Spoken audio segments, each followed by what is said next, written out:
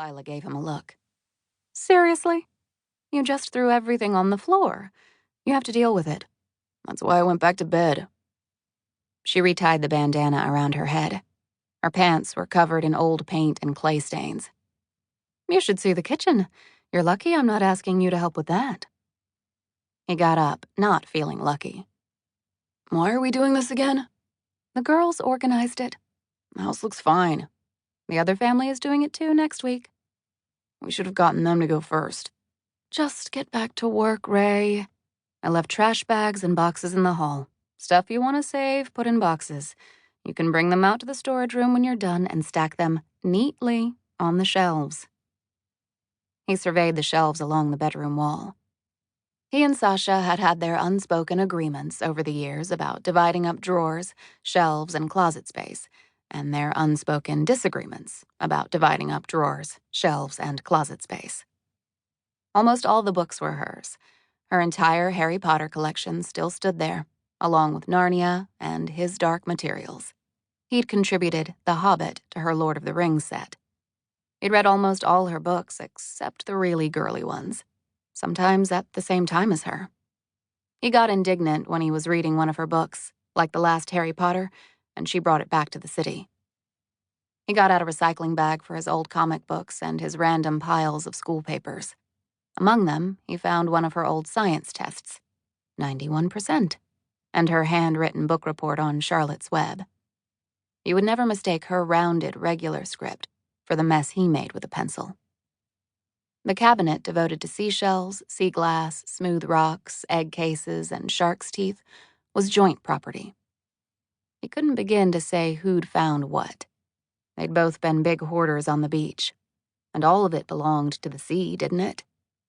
He got rid of some crumbling coral and left the rest as it was. He didn't bother with the bureau. Since middle school, he'd let her have the whole thing except one big drawer at the bottom with old sweaters and sweatshirts they both used. He kept his small and unimpressive wardrobe on 2 shelves and one hanging bar on the left side of the big closet. The medicine cabinet was at least 90% filled with her stuff. Granted, he had hardly any toiletries, in large part because he used her stuff. He was happy using her shampoo, taking a part of her smell around with him. He hadn't provided toothpaste or dental floss in years. There was a lot of semi-broken or useless crap to get rid of. He spent some time going through the fishing gear. He had to admit it took up more than his share of the closet, but she was welcome to use it if she took good care of it. They had one boogie board between them, and he still took it out sometimes. Did she? He didn't know. He found himself hoping so. He always imagined she loved this place, this pond, this beach, the weird house, this old camp bed under the skylight as much as he did. The surfboards they kept in the garage. Though they slept in the same comforting, fitful bed, looked out the same skylight at the same moon, they didn't know each other. They shared 3 older half-sisters, Emma, Quinn, and Maddie, but they weren't related. Sasha's father had once, long ago, been married to his mother. He'd seen Sasha's face, very small, on the other side of Radio City Music Hall at their older sisters' graduations. He never saw her closer because their 2 sets of parents choreographed the seating and the after-parties, so they would never have to acknowledge each other. His sisters' birthday parties were like that too. Always separate, always 2 of them. The one with his family, that involved homemade zucchini cake and crafty presents around the Brooklyn kitchen table, and one with the other family that seemed to involve private rooms at trendy restaurants where a regular person couldn't get a reservation. He'd never been to one of those, of course. He'd seen pictures of Sasha in the house from when she was little. He kept his eye out for new ones, but there hadn't been any in a long time.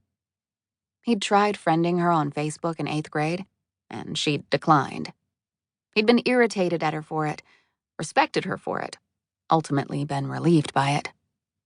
He didn't really want to see her like that. Another girl clustered with bikini-clad friends flashing braces and peace signs on Paradise Island or whatever.